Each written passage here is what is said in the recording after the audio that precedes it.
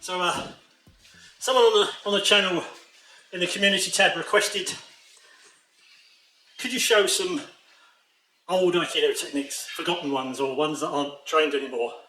And I mean, that's quite tricky because there's always someone that does the old school ones. This is interesting. So this is the original version of IKKYO, which is our #1 technique. And obviously nowadays, from an eye hammy, it's pretty much this this feeling with the knuckles up, and you're putting this rasen spiral through, and it's this, it's this kind of feeling that's going on.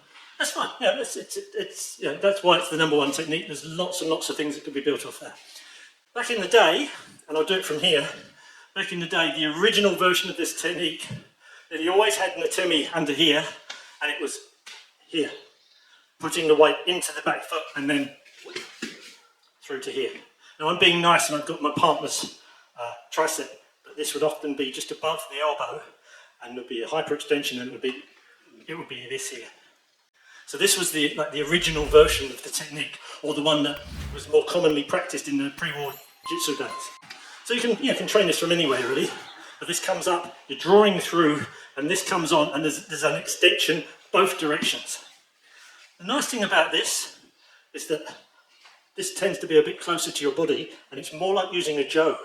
So I've got the ability to use both parts of my hip. Whereas if I'm here, I'm in front of it, and it's a little bit more of a lateral forwards motion. They're just different.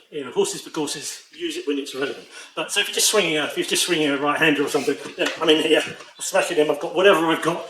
Doesn't matter how I pick it up, this is still available. This was straight to his feet, wasn't a very good example, but if I drift, it immediately takes him with me. So it's much more like using a jo, and it's much more linear through the line of the hips, rather than here where you often have to adjust to get this pedaling to go up through the body.